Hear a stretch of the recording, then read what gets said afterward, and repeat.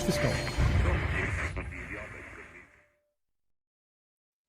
Bom dia, pessoal. Sejam todos muito bem-vindos, sejam todas muito bem-vindas. Esse é o nosso Esquina Sucupira, edição da manhã, 7 e pontualmente quase 7h30, né? Esse é o nosso motto aqui.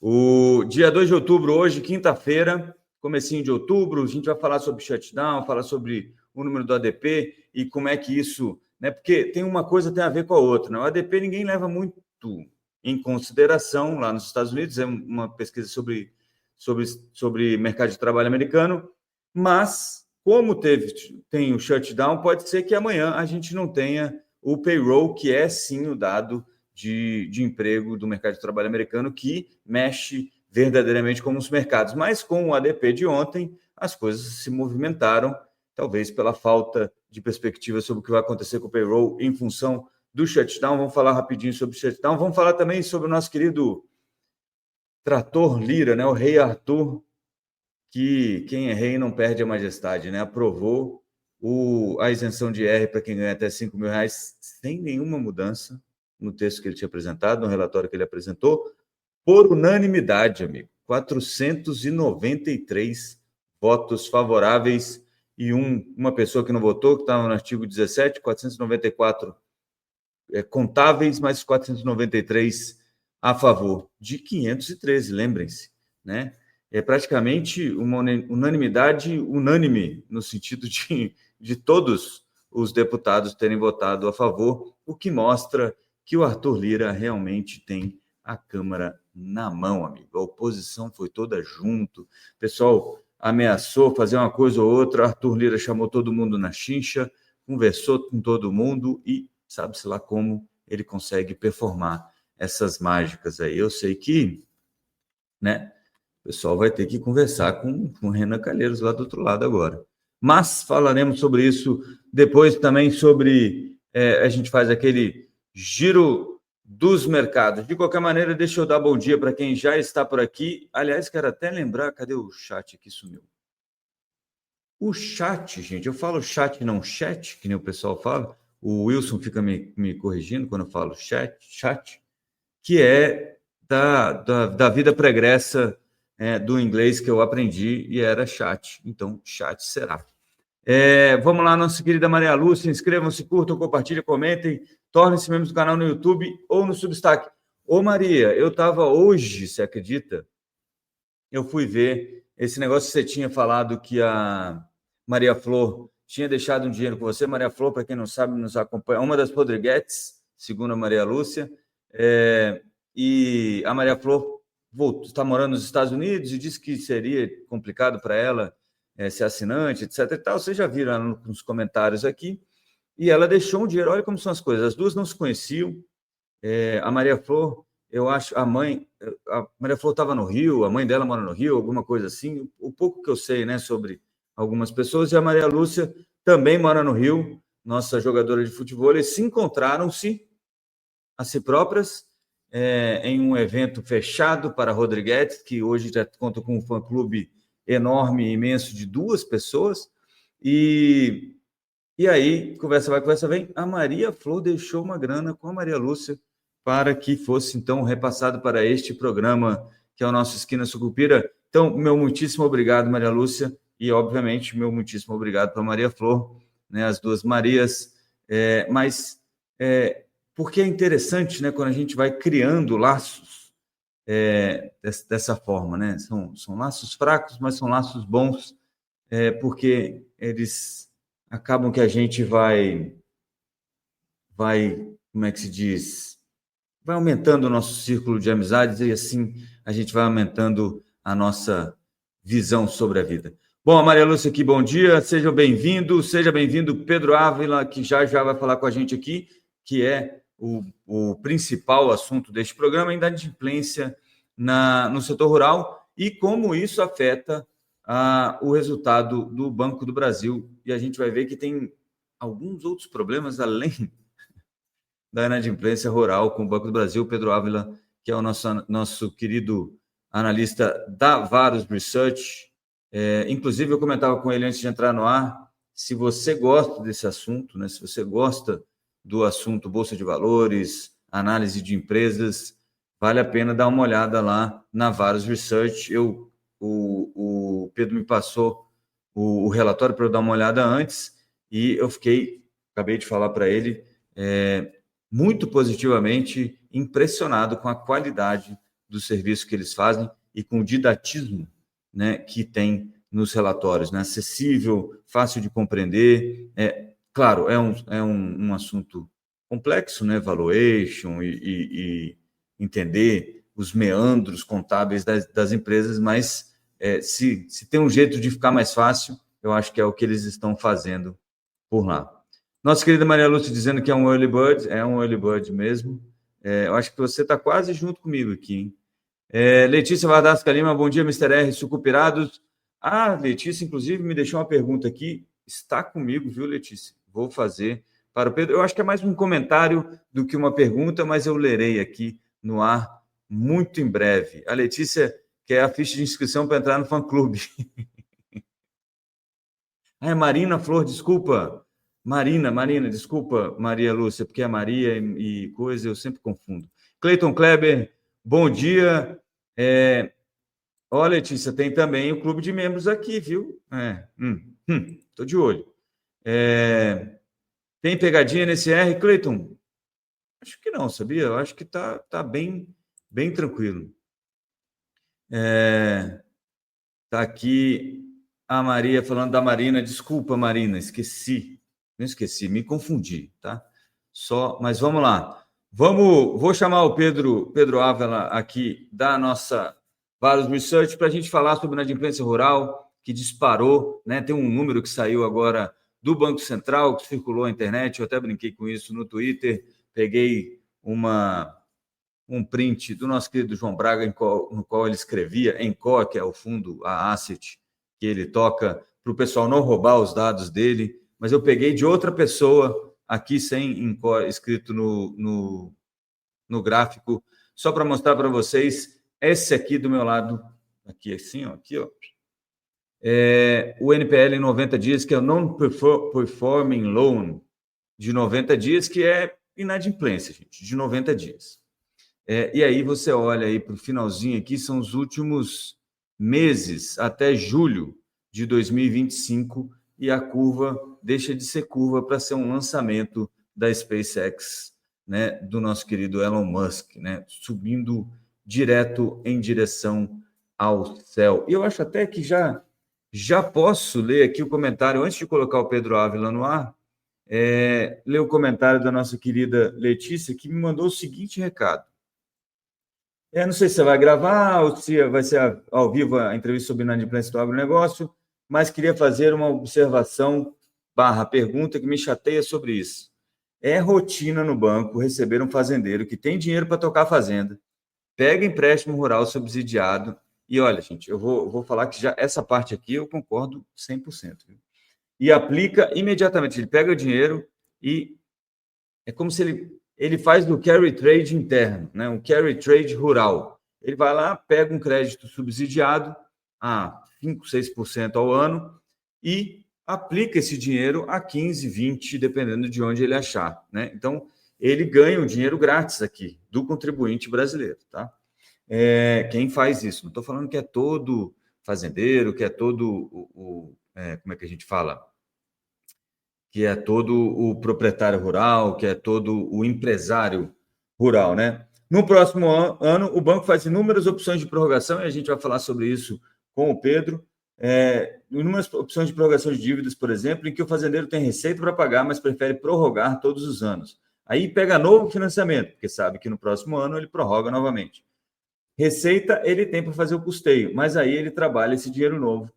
É como se estivesse usando esse valor para o plantio, mas ele usa a receita anterior.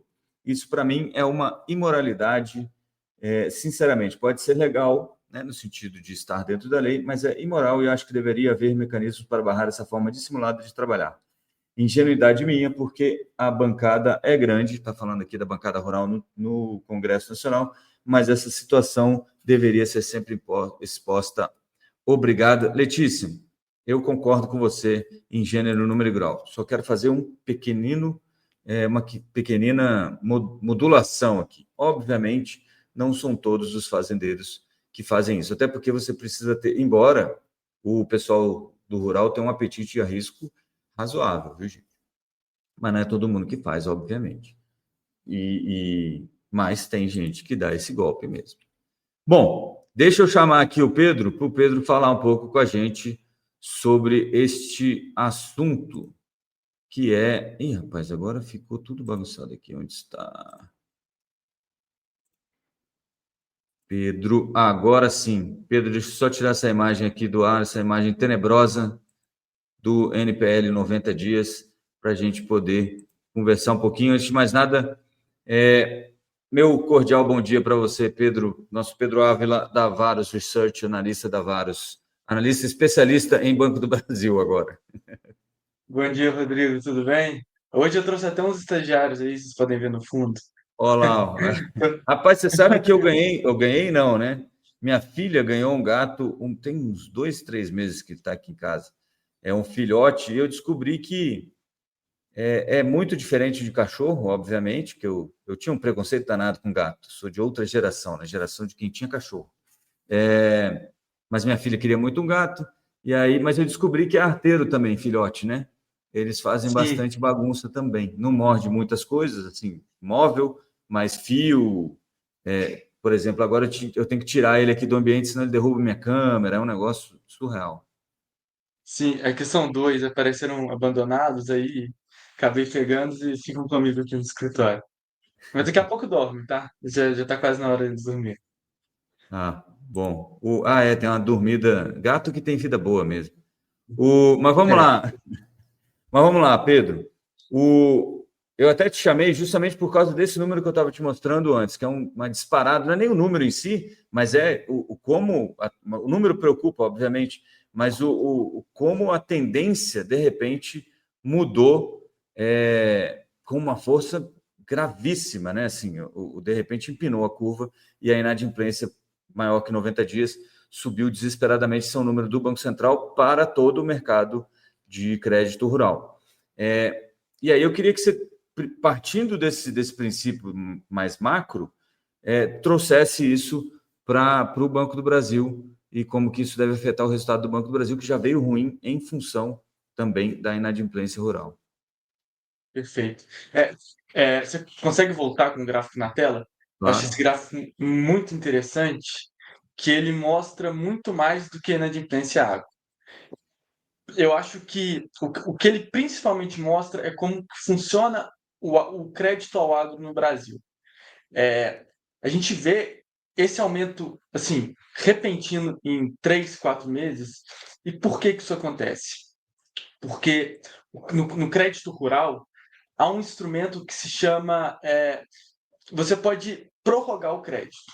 Então, mais ou menos assim. Bom, o crédito venceria no ano passado. Aí o produtor ele chega no banco, e aí em qualquer banco, não só Banco do Brasil, e ele alega: olha, eu tive problemas climáticos, houve quebra de safra, não consigo te pagar. Aí o banco fala: tudo bem, então vamos fazer o seguinte: me paga uma parte, sei lá, 30%, e a gente joga isso para o próximo ano. E isso vai ser pago quando? No final da sua safra. E essa safra começou a vencer a partir de abril, maio. Então, o que aconteceu? Muito crédito que deveria ter ficado inadimplente ano passado foi prorrogado para agora. E aí a bomba estourou. Porque não tem para onde fugir. Você consegue adiar a inadimplência, mas tudo mais constante, você não consegue aumentar a capacidade de pagamento do produtor. E é exatamente o que a gente tá vendo agora. É, se tende a ser o começo do foguete subindo. Né? O governo vai conseguir ser o Elon Musk e dar ré nele? Não sei. A gente vai ver que estão tentando bastante. Mas é um problema que assola o agro como um todo, e aí tem algumas justificativas. Né? É, eu vejo muito falando sobre safra recorde, mas o que é safra recorde? É produção. E produtor, mais do que a produção, importa preço. Preço da commodity que ele vende e o preço que ele gasta para produzir. E quando a gente olha principalmente a soja, as margens estão muito, muito apertadas, ainda mais com a Selic a 15%, você vai pegar, tem muito produtor com margem negativa, não tem como pagar. né? Então, é um problema do setor como um todo, mas há os bancos que agiram piores nesses últimos 2, 3 anos de originação. Me explica uma coisa específica aqui. Porque esse era bem o recado que eu estava lendo da Letícia, né? Que ela diz: olha, tem gente que dá esse golpe, pega um juro subsidiado lá, que eu chamei aqui agora criativamente de carry trade local, né? Porque você está tradando aí esse juro. Mas isso fica como se fosse um rotativo do cartão de crédito? Depois ele vai pagar juro mais alto ou não? Depois tem um refis do agro? Então, a prorrogação, ela é algo que existe, eu acho que desde sempre, né? Está previsto no Manual do Crédito Rural. Você prorroga com a mesma característica de juros e prazos, né? Só adia uma safra. Só que tem um risco moral nisso tudo, e que eu acho que se agravou agora, que foi o que a Letícia falou, que foi, chegando ao fim dessa prorrogação agora, todo mundo sabia que o setor não aguentaria pagar a conta. Então, o governo e o Congresso começaram a se articular. No geral, o Plano Safra ele já conta com juros subsidiados, né? Mas quando o produtor viu que o governo ele estava bolando alguma estratégia de facilitar ainda mais o pagamento, por que eu vou pagar? Para mim, agora é mais conveniente eu ficar inadimplente e poder entrar na nova regra do governo, que eu acredito que também explique um pouco da inadimplência atual. Mas não é muito bem um rotativo, não. O governo, todo ano, ele anuncia o Plano Safra, então ele tem uma meta, e o principal instrumento para ele conseguir atingir essa meta é o Banco do Brasil. O que os produtores fazem? Eles se financiam por uma safra, colheu, vai lá, quita o financiamento e já pega o financiamento do plano safra seguinte. Basicamente, essa é a dinâmica do setor. Mas a gente vai ver que, além do plano safra ele ter crédito subsidiado, a proposta do governo para lidar com o problema é subsidiar ainda mais para quem já está inadimplente. Então, é uma coisa bem Frankenstein, assim, Quer dizer, que se você pagar é bom, mas se você não pagar é melhor ainda. é melhor ainda, porque eu vou te ajudar. Esse foi o recado que o governo deixou aqui. E aí tem uma coisa, eu vou pular aqui um pouco umas etapas, depois a gente pode voltar, mas assim, como a gente está falando de governo, porque tem uma outra coisa que pouca gente viu, eu acho, e até no meio aqui, no nosso meio assim, de mercado financeiro mesmo, que é uma alteração que o CMN, o Conselho Monetário Nacional, fez recentemente e fez tailor-made, né? Foi feito, como é que se diz? Sob medida para o nosso querido Banco do Brasil, né? O que mudou e por que isso talvez não seja algo tão bom, nem Essa para para o mim próprio Banco do Brasil. Essa para mim foi a medida mais bizarra de tudo o que aconteceu. Porque, assim, o que eu esperava que o Congresso atuasse a favor, tem uma bancada muito forte, eu esperava que o governo intervisse, porque seria um risco de imagem muito grande, mas eu não esperava que o Banco Central e o Conselho Monetário Nacional fossem ser tão lenientes. E assim, foram de uma sutileza que isso quase que passa despercebido por a gente. O que o governo fez, né? Na virada do ano, houve uma mudança geral nas regras de reconhecimento de inadimplência, de receita de juros. E essas regras, elas faziam com que um crédito, assim que ele fosse classificado como de risco, então teve uma chance muito grande de inadimplência, ele nem precisava estar inadimplente, ele só precisava ter uma chance muito grande de inadimplência. Bom, a partir deste momento, você só pode reconhecer a receita quando ela entrar no seu caixa. No agro, isso vai acontecer uma vez por ano. E o que o Banco do Brasil começou a alegar? Falou assim, não, isso para a gente prejudica muito. Porque, pô, se eu for esperar um ano para eu poder reconhecer essa receita e poder diminuir a provisão que eu faço para esse crédito, isso vai me atrapalhar muito. Não vai atrapalhar nada, porque daqui a um ano você vai reconhecer a receita de 12 meses. É só uma questão só uma prudência que trouxe para o nosso mercado. Mas aí o Banco do Brasil ele começou a bater, e aí eu cito com base no que a gestão do Banco do Brasil falou abertamente no último call de resultados, ele começou a atuar junto do Banco Central para mudar a regra. E o que o Banco Central e o Conselho Monetário Nacional fizeram? mudaram a regra. Agora, ele pode curar o crédito, ou seja, um ativo problemático, ele pode deixar de ser problemático quando o banco enxergar que há evidências de que o produtor vai conseguir pagar. Ou seja, o produtor ele pode estar inadimplente, ele não precisa pagar o crédito, mas se o banco ver indícios, esse crédito vai ser curado. Coisa assim, bizarra. A regra anterior ela era acabava que era mais rígida com os bancos. E essa não é a intenção da 4966. E eu acho que é mais rígida, inclusive, era mais a regra antes da 4966 já era mais rígida que essa que ficou agora, né?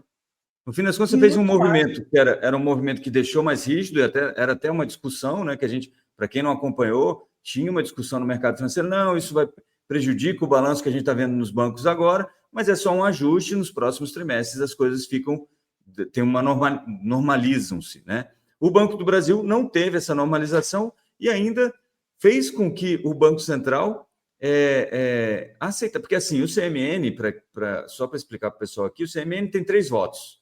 A Simone Tebet, né, a ministra do Planejamento, o ministro da Fazenda, Fernando Haddad, e o presidente do Banco Central do Brasil, que neste caso agora, o nosso querido Gabriel Galípolo, foi braço direito do Fernando Haddad e o menino prodígio de Luiz Inácio Lula da Silva.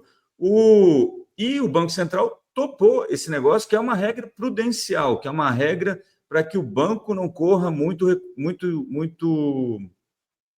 risco, não tenha um risco para o balanço dele, porque vocês lembram que o banco empresta dinheiro que ele recebe, né? Ele pega dinheiro emprestado e empresta para os outros a juro um pouquinho maior e ganha um dinheiro aí no meio desse negócio. Esse é o principal trabalho dos bancos. Quando você fala, olha, você não precisa reconhecer inadimplência. Só, Pedro, você me corrija se eu falar alguma besteira aqui, mas rapidamente assim.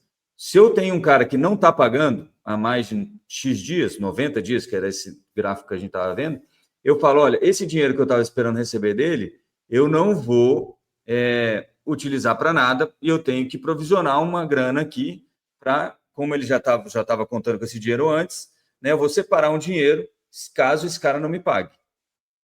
O que o CMN fez agora foi, olha, ele não me pagou, mas assim, liguei para ele, falei com ele, falei, rapaz, como é que você está? Não, pode ficar tranquilo, senhor, vou pagar assim agora, mês que vem, vai entrar na conta. E aí não entra, mas você fala, mas liguei de novo, falei com o vizinho falou que ele está bem de vida, que ele vai pagar. E está tudo certo. Então foi isso, mais ou menos, grosso modo, que foi feito, Pedro. É só para deixar mais claro. Não, exatamente isso, exatamente. E aí vai ter alguém que argumente, não, mas isso aí afetava o setor todo. Bom, eu vou citar alguns exemplos de bancos que são fortes no agro, mas não como o Banco do Brasil, obviamente, né? Sei lá, Banco ABC Brasil, Bradesco e tal, o próprio Banco da Amazônia, eu não vi ninguém pedindo mudança dessa regra. O único banco que pediu foi o Banco do Brasil. E aí, em 2 meses, aceitaram e a regra mudou e eu acho que Casualmente. casualmente. O problema se for mudar a 4966 toda vez que algum banco pedir, não faz sentido ela existir, né? Eu queria, porque isso tudo me lembrou uma coisa que a gente comentava uns anos atrás, que a gente corria um risco e que seria uma época boa para bancos na Bolsa, principalmente por causa do governo Lula, e porque na época da Dilma, por exemplo, a gente teve uma limpeza de base nos bancos privados, né? Que, como o banco público ele tem metas específicas, etc. e tal, e é muito influenciado pelo governo, e quando a gente teve governos anteriores do PT, isso aconteceu com uma certa força, e parece que está acontecendo agora no Banco do Brasil de novo, acaba que o crédito ruim migra todo para o banco público e o crédito bom migra todo para o banco privado. Então, eu queria mostrar, eu não sei nem se... tem esse gráfico aqui que eu peguei do relatório de vocês, que é o gráfico que fala do market share. Cadê? Deixa eu tirar. Aqui, ó. Não sei se dá para enxergar direito. Que fala do market share dos bancos no crédito rural. E aí, beleza, o Banco do Brasil está perdendo market share como um todo. Mas o que ele está perdendo de market share, pelo menos foi o que eu tive essa impressão pelo relatório, pelo seu relatório, tem a ver com crédito bom migrando para banco bom, banco privado, e crédito ruim migrando para o Banco do Brasil. É isso? Exatamente. Exatamente. É porque o Banco do Brasil ele mantém o crédito ruim, né? E pensa, primeiro você prorroga, então aquilo lá já fica no seu balanço por mais 2 meses, e a gente vai ver que com a MP1314 vai ficar por 9 anos. É absurdo. E depois, nos últimos 5 anos, houve algumas regras que deixaram mais atrativo para os bancos privados atuarem no crédito rural. Né? Eles passaram a poder competir com mais força por crédito, tem alguma espécie de seguro rural, algum seguro de fundo governamental, e principalmente também, eu acho que o FIAGRO, né? Isso acaba deixando mais atrativo porque é mais fácil para o produtor e para o banco se livrar de um crédito. Ah, vocês estão me devendo? Tudo bem. Emite um CRAI, a gente vai colocar para um FIAGRO, você me paga e o risco fica com o FIAGRO. É algo mais ou menos assim. Mas, de fato, assim, o Banco do Brasil tem originado cada vez menos crédito rural. E, e, e quem está originando crédito bom são os bancos privados e, em alguma medida, os bancos de fomento, o Banco da Amazônia, principalmente, mas é um crédito para um produtor bem pequenininho, que fica quase que à margem do sistema, né? E aí eu cito especialmente, eu não sei se vocês têm acompanhado, porque eu gosto muito de ver propaganda de banco, porque eu consigo sentir o que o banco está olhando. E o Banco Bradesco que ele tem sido mais agressivo em propaganda ao agro. Ele até andou comprando um pouquinho mais de 50% do banco no John Deere ano passado, retrasado, porque tá melhor, tá mais legal atuar no crédito agro. E aí, quando você atua com qualidade, o problema acaba ficando em um só pessoal, que é o que a gente está vendo agora.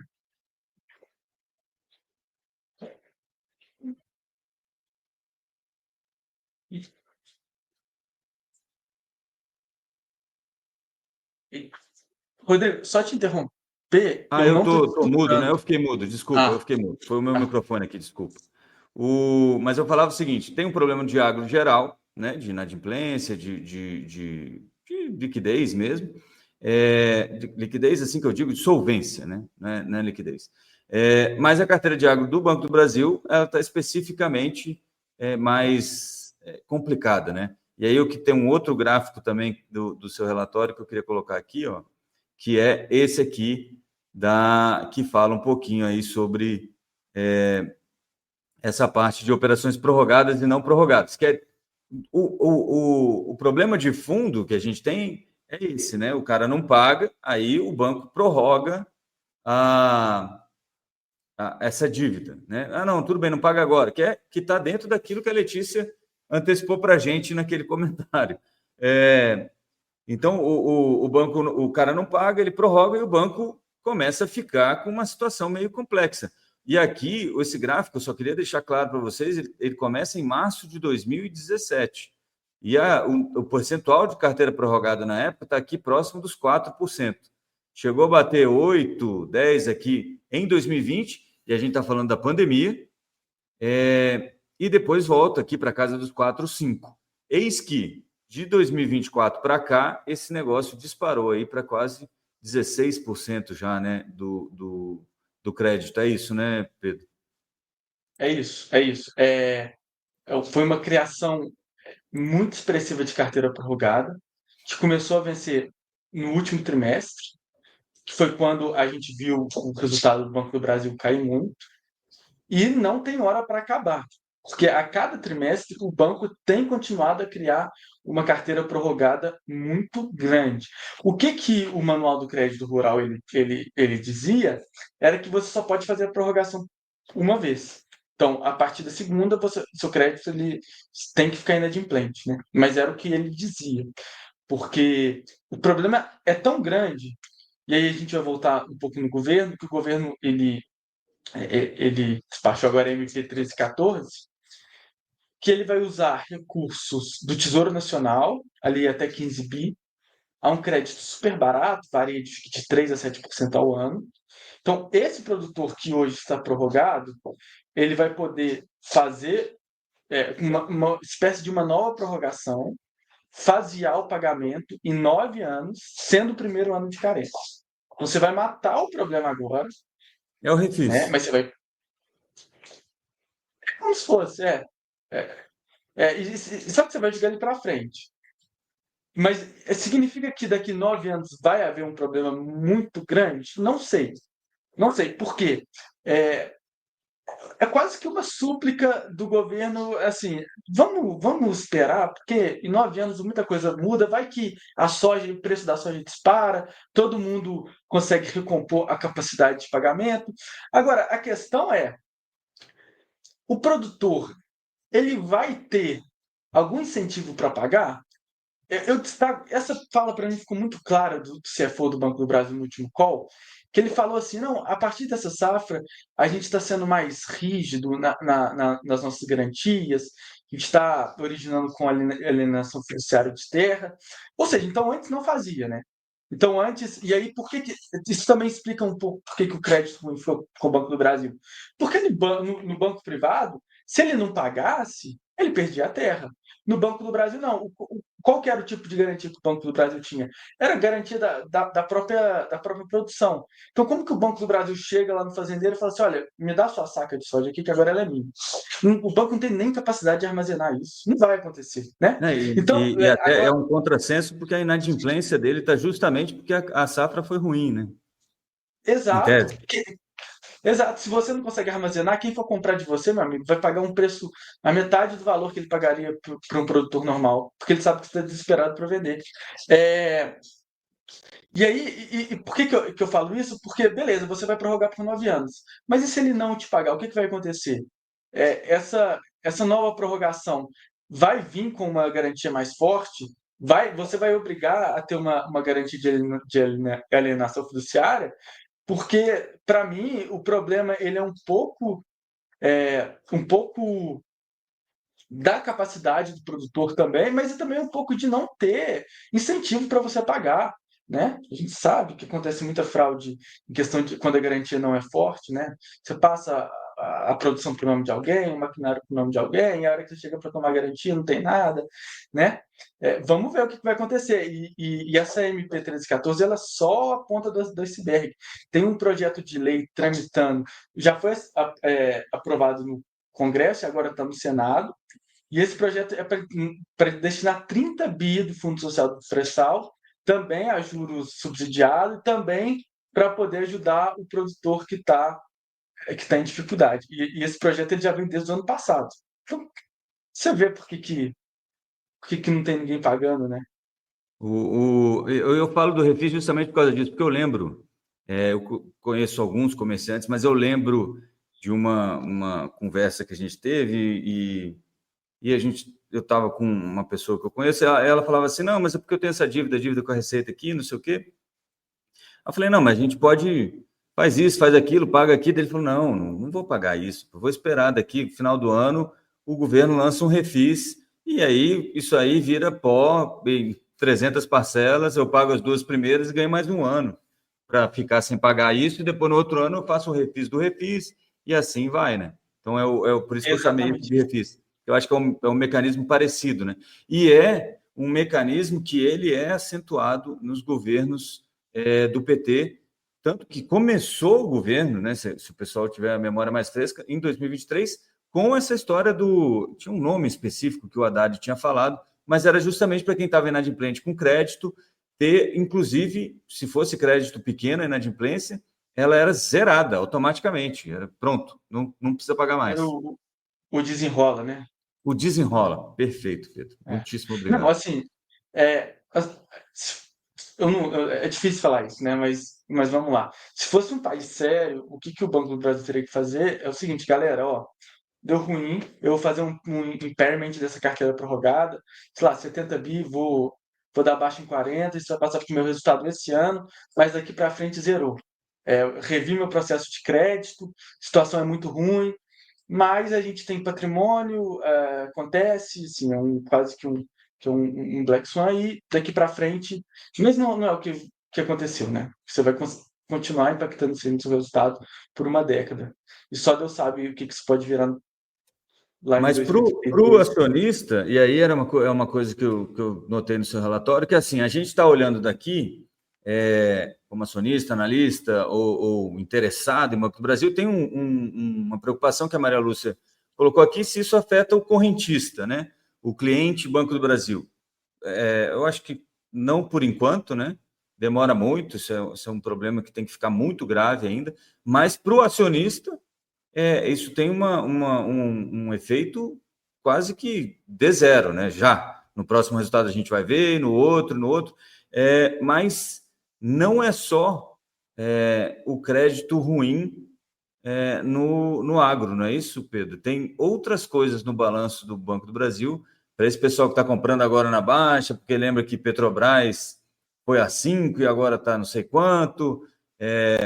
Tem muita água para rolar por baixo dessa ponte ainda. Por Sim, quê? Porque tem, além da inadimplência no agro, quais são os outros problemas que tem no balanço do Banco do Brasil? sim. No agro, toda essa mudança do governo vai conseguir esticar o problema, então ele vai ser.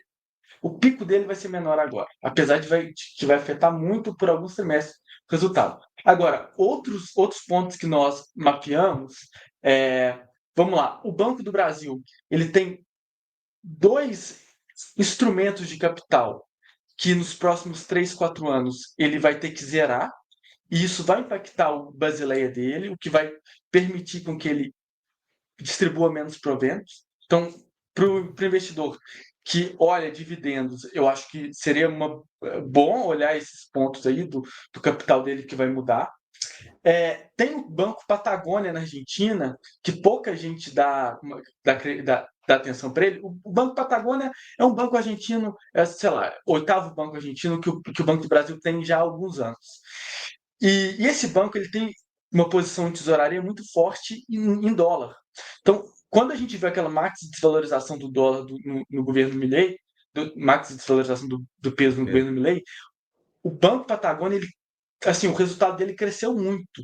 Chegou a representar 15% em algum trimestre do resultado do Banco do Brasil, apesar do patrimônio dele ser 3% do patrimônio do banco, do conglomerado como um todo. Isso, uma hora acaba, né? A Argentina conseguindo equilibrar ali, controlar a inflação, o peso ele não tende a ser, apesar de a gente ver agora um problema mais específico, mas a gente não vê mais uma máxima desvalorização do peso para o futuro, então o Patagônia ele vai deixar de contribuir da forma com que ele contribui para o resultado. Então é mais um ponto de atenção. Vai tirar mais alguns bi de reais do resultado. E por fim, tem a Previ, e aqui eu gostaria de fazer um disclaimer. Gente, não tem nada de errado com a Previ. Então, se você é um beneficiário da Previ, pode ficar tranquilo, não vai ser necessário se fazer nenhum aporte, nem nada do tipo, não. O único ponto aqui é que os planos de benefício definido, na visão contábil do Banco do Brasil, eles têm um superávit. E na visão contábil da Previ, eles estão no 0 a 0, que é o que um plano de benefício definido de fato deve ter. Né? Mas o que muda? Pelo fato de, na visão contábil do Banco do Brasil, ele ter um superávit, ele acaba gerando receitas trimestrais para o banco.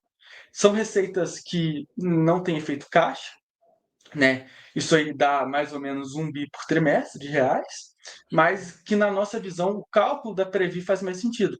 Então, em algum momento, à medida com que é, é, com, com que os ativos forem vencendo, digamos assim, o banco ele vai ter que deixar de reconhecer esse superávit. Então, é mais um ponto de pressão, não é imediato, é mais para o médio prazo, mas é mais um ponto de pressão que a gente acredita que vai impactar no resultado do Banco do Brasil. E aí, quando eu falo impactar, é o seguinte: tinha muita gente esperando que o Banco do Brasil tivesse um lucro esse ano, isso no final do ano passado, né? Que via um lucro esse ano de quase 40 bi. Isso não vai acontecer agora, e me parece que não vai acontecer tão cedo. Daqui 7, 8 anos, a gente pode sentar e conversar de novo, né?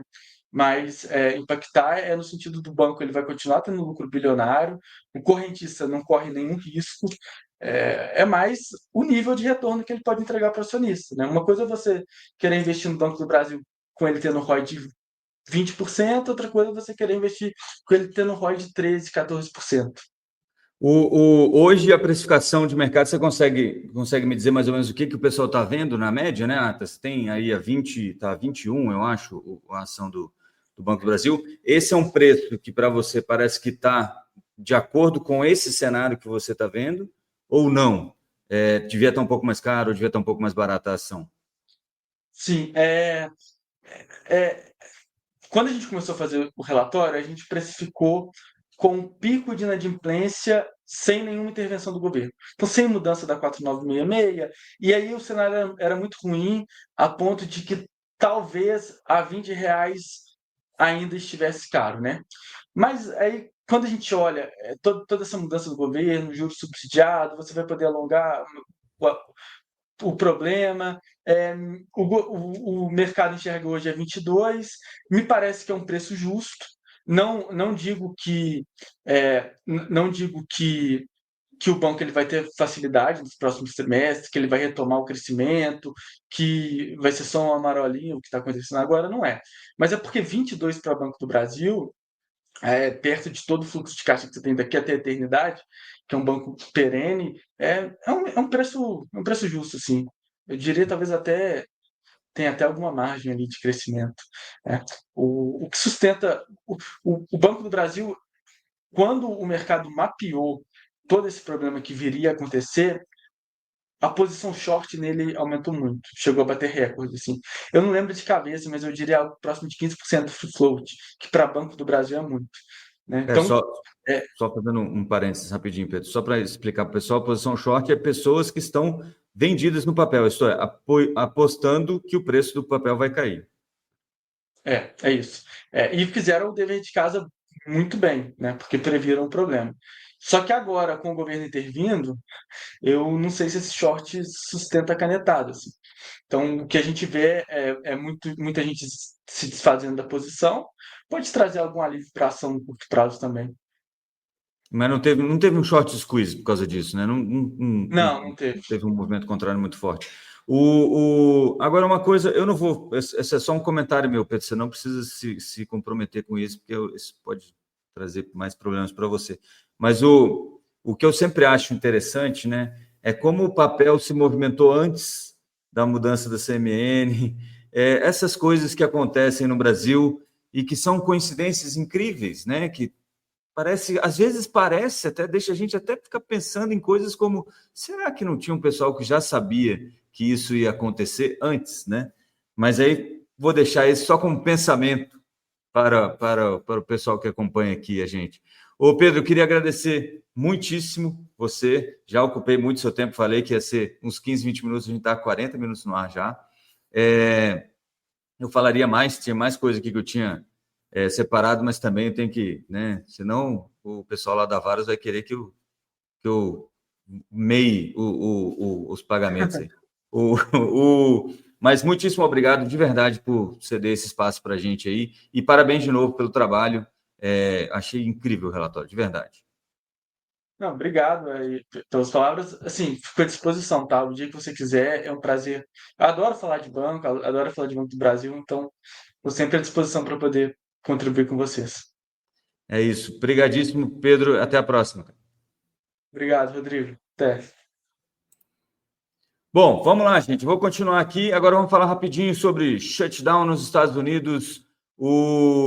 Aqui a Letícia dizendo que o Pedro é fera, hein? Gostei demais. Eu também acho o Pedro um cara sensacional. Além de ser essa simplicidade, né?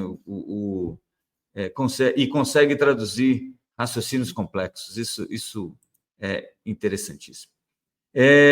Bom, a Maria Lúcia dizendo que adorou. Obrigado, Pedro. Valeu mesmo, muito esclarecedor. E adorei o gatinho. Não sei se é sobre mim ou se é sobre o bicho que estava passando lá atrás. Brincadeira. Vamos lá, gente. Shutdown, fiquei até sem graça. Faz a piada e fica sem graça. Só eu mesmo. O governo americano, então, entrou em shutdown à meia-noite do dia 1, ontem. O mercado deu de ombro, isso já aconteceu antes, eu já tinha falado para vocês. O mercado financeiro ficou ok com isso, mas a gente teve o que isso significa, né? Isso que eu queria dizer.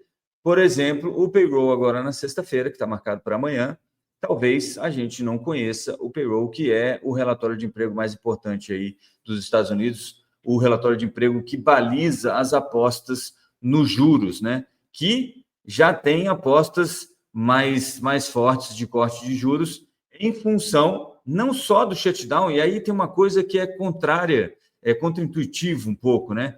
Com o fechamento do mercado americano, como é que se diz?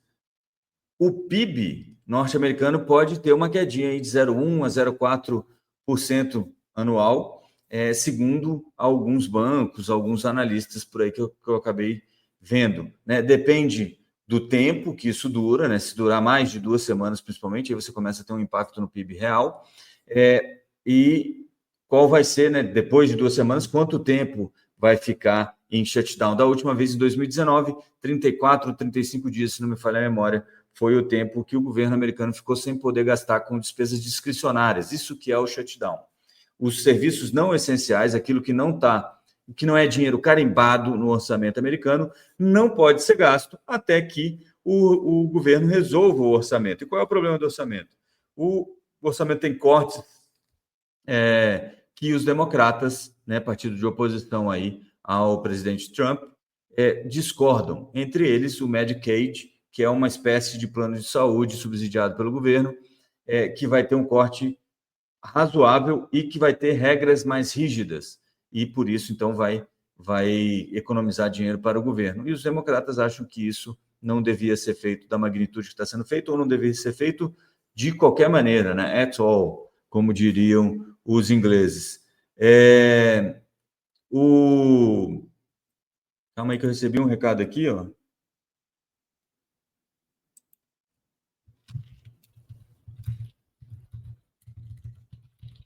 Recebi um recado do Pedro aqui, disse que vai ver se consegue liberar gratuitamente esse relatório do Banco do Brasil para quem assiste aqui o Esquina Sucupira. Então, se isso acontecer, na terça-feira, eu já solto aqui o link para vocês baixarem. Então, voltem na terça-feira que vem, na nossa live, o link para vocês baixarem o relatório. Não sei se vai dar certo ou não, estamos em negociação. Bom, tá vendo só?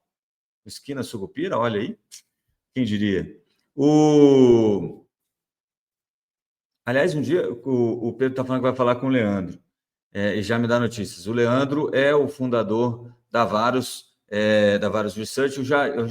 Eu conhecia o Leandro, eu já tinha visto o Leandro no YouTube, a gente nunca conversou, até vou ver se um dia ele topa vir para cá também. Um cara extremamente didático, parece ser extremamente inteligente e muito entendido aí de empresas e de como explicar as coisas de uma forma extremamente didática. Bom, o Matheus está dizendo um negócio aqui que é importante. O Trump vai aproveitar e fechar várias secretarias que ele acha desnecessárias. Então, o Trump acaba aproveitando essas brechas que a vida dá para ele, né? Então, esse shutdown, ele está falando, olha, já que eu não posso pagar esse pessoal, por que eu já não mando esse pessoal embora? Não é mesmo? Então, esse é um dos riscos que os democratas estão correndo nesse poker que eles estão jogando contra o Trump. E a gente já viu que o Trump é um cara que sabe fazer uma boa poker face e acaba fazendo o lado de lá flopar, como a gente diz no poker, que é desistir da jogada sem saber o que você tem na mão, quais são as cartas que você tem na manga. Então, até que seja decidido o orçamento, seja aprovado o orçamento, o governo não pode gastar discricionariamente. Como é que é feito no Brasil isso? Só para a gente ter uma comparação. No Brasil, se o orçamento não está aprovado, o governo normalmente aprova uma medida emergencial para gastar 1/12 do orçamento previsto, né? Então, todo mês ele pega 1 sobre 12 e pode gastar.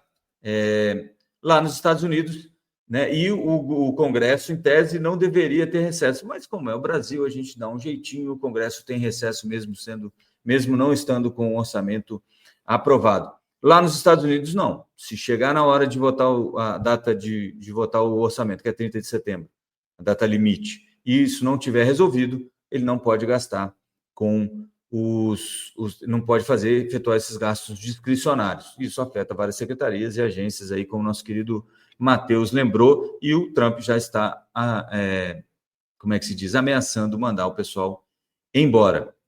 Bom, Como eu disse para vocês, isso pode afetar o PIB um pouquinho. Se o PIB ficar mais fraco, o que acontece com a política monetária? A gente já falou sobre isso. A política monetária tende a ser um pouco mais relaxada. Junta isso ao número do ADP ontem, que surpreendeu o mercado. O mercado estava esperando aí a criação de 50 mil vagas no mercado privado de trabalho e foi surpreendido com a eliminação de 30 mil vagas no último mês, né, no último levantamento aí do ADP. Isso fez com que as apostas nos juros norte-americanos fossem, como é que se diz? Está praticamente dando como certo a perspectiva de um corte de juros nos Estados Unidos. O que vocês estão vendo aí, deixa eu só abrir a minha página aqui, ó. Vocês estão vendo aqui, para 29 de outubro, a chance de um corte foi para 98,9%. Eu acho que vocês conseguem enxergar. Vou fazer um teste aqui, eu vou maximizar essa tela para melhorar aí para melhorar a visualização de vocês. E se eu não tiver, ou se vocês não estiverem ouvindo meu som, vocês, por favor, me avisem que eu volto a ficar nesse quadradinho pequenininho aqui, embora eu quisesse sair para poder mostrar esse gráfico maior para vocês aí.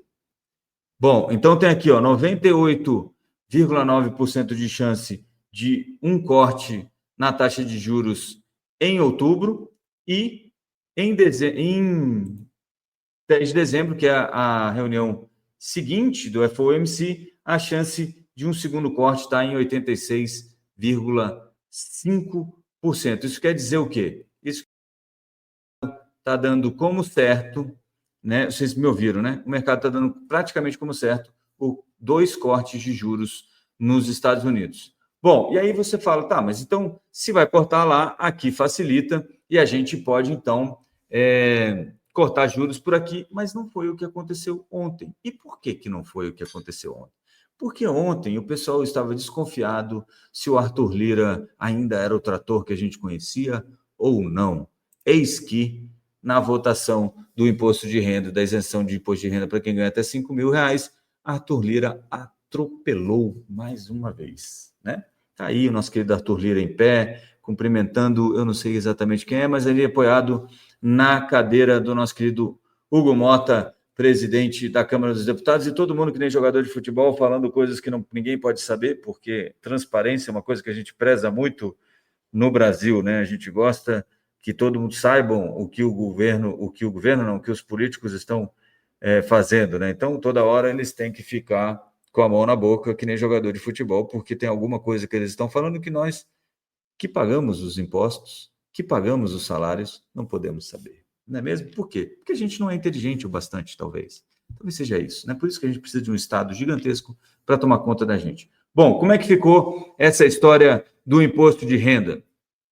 Isento quem ganha até R$5.000 e tem um desconto para quem ganha entre 5.000 e 7.320, se não me falha a memória, esse número pode estar marginalmente errado aí, mas 7.000 e uma mixaria, que foi uma ampliação que o próprio Arthur Lira fez.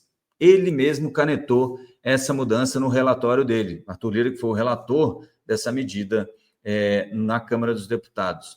E tinha 99 emendas apresentadas. Ele só aceitou 3. E sabe qual foi o resultado? 493 votos favoráveis pela aprovação do imposto de renda, do relatório do nosso querido Arthur Lira, Rei Arthur, na Câmara dos Deputados. 493. Sabe quantos votos contra? Zero. Os outros, a diferença aí, os 20 que faltaram, né, de 493 para 513, não estavam lá para votar. Basicamente isso, tá? Ninguém votou contra, ninguém entrou naquela história de não, vamos tentar fazer um destaque para não sei o quê. Nada. Tudo aprovado com 493 votos. E aí você, né, você já está sabendo como é que as coisas vão funcionar. A Maria Lúcia está perguntando quem subsidia isso. Quem subsidia são os pagadores de impostos. E agora, o super rico. O super rico é uma palavrinha tão mequetrefe, tão cafajeste e tão, como é que a gente fala? maldosa que a gente está fazendo, porque no Brasil a gente passou a considerar quem ganha 50 mil reais super rico. Super rico. O cara que ganha, a mulher que ganha 50 mil reais mensais. Super rico. E aí a gente fala, não, o super rico vai pagar. Então, quem ganha 50 mil até 100 mil reais mensais tem que pagar imposto de no máximo 10%, aliás, de no mínimo 10% se ganhar 1.200.000, mas se ganhar menos pode ser menor a efetiva, né? Então, né, tenham cuidado com essa história de que estamos cobrando do super rico, né? Isso é uma piada de mau gosto. Vocês vão ver de onde vai sair esse dinheiro muito em breve. Por enquanto, é só o Excel aceita qualquer coisa e é assim que vai. O que agora fica politicamente é como é que vai resolver isso lá no Senado, onde o nosso querido Renan Calheiros, que é opositor local lá em Alagoas do nosso querido Arthur Lira, apresentou um outro projeto, que é um pouquinho diferente. Exato, o Matheus dizendo, você que ganha 7 mil por mês, você é rico, pela lógica do governo. É isso. Ah, mas é porque quando você faz a pirâmide, realmente está aqui em cima, quem ganha 7 mil, blá, blá, blá. Sim, amigo, mas não é esse o ponto, né? O que a gente está falando é, olha o estado da nossa economia para você considerar uma pessoa que ganha 7 mil reais rica. Né? Esse é o problema, Mas é isso que estamos falando. E o Renan é amigo do Lula, a Maria Lúcia está lembrando, e é verdade, mas as coisas agora têm que ficar diferentes. Vamos só fazer aqui o nosso giro dos mercados, está com, agora sim, o GC estava errado, vamos fazer o giro dos mercados aqui rapidinho para ver o que aconteceu ontem com a Bolsa e com os juros, que eu falei para vocês, mas caiu lá nos Estados Unidos, né, com a história do ADP e o shutdown, e o que aconteceu por aqui? Por que aqui não tivemos o mesmo movimento? Não tivemos o mesmo movimento porque estávamos preocupados com como ficaria como é que se fala? Como ficaria o pagamento dessa abertura de crédito aí para quem ganha até 5 mil reais, né? Que vai ficar isento. Se ele não vai pagar, alguém vai ter que pagar mais. E é isso que o pessoal tinha medo que ficasse para ninguém pagar mais. E esse seria o nosso problema maior. Bom, deixa eu pegar aqui, então, o nosso querido TradingView aqui, para a gente compartilhar essa tela com vocês. Esse aqui é o ADP, olha. A expectativa aqui de 50 mil positivo veio 32 mil vagas negativas, né? Eliminando 32 mil vagas. O Ibovespa ontem em queda de 0,49. Vamos colocar o Ibovespa aqui. Cadê o Ibovespa? Em queda de 0,49, puxado pelos bancos. Os bancos tiveram alguns banco e outros, né? Se você colocar aqui, vamos ver aqui as principais quedas, mas Petrobras caiu, Vamos Locação, CVC, Ultrapar, CEMIG e Marco Polo, as 5 principais quedas, mas você vai achar aqui, B3 em queda, VEG em queda, Bradesco em queda, Itaú 1,84 de queda, Bradesco 1,70, Santander 1,53, e outras aqui, né? Inclusive o Banco do Brasil, cadê aqui? Queda de 0,72 também, Multiplan, Iguatemi, muito também em função aí desses juros que ontem caíram um pouquinho, mas ficaram próximo no ajuste, estavam um pouquinho alto, inclusive, mas no final do dia ficaram próximos aí do início do dia, uma pequena quedinha dos juros, apesar do movimento mais forte aí de corte de juros lá nos Estados Unidos. O Ibovespa, então, a 145.517, lembrando que no ano, Ibovespa com 20,98% de alta acumulada. S&P 500, 0,34% de alta ontem, e Nasdaq 0,49% de alta, nada para os Estados Unidos, né? Tem shutdown, tem conversa sobre o Fed e ninguém está nem aí, a Bolsa continua subindo por lá. Hoje, nos futuros norte-americanos aí em Wall Street, Nasdaq futura em alta de 0,46 e S&P 500 futuro em alta de 0,21. O petróleo continua aquela queda, e já aqui, ó, nesse último mês, você vai ver que tem uma queda forte aqui, chegou a bater R$70 aqui, mais ou menos, ó, 69,77 no dia 26 de setembro, quer dizer, semana passada, e hoje está em R$64,91 o barril do tipo Brent. E isso, obviamente, afeta a Petrobras. O ouro continua de vento em popa, $3.884 a onça Troy, mais de 48% de alta no ano e novo recorde, provavelmente, no dia de hoje, enquanto o dólar permaneceu aí mais ou menos onde estava nos últimos dias, na sessão de ontem, tá? E a gente tem aí uma desvalorização do dólar já de 14%, basicamente, no ano. Beleza? Eu vou ficando por aqui, porque já temos 1 hora de programa.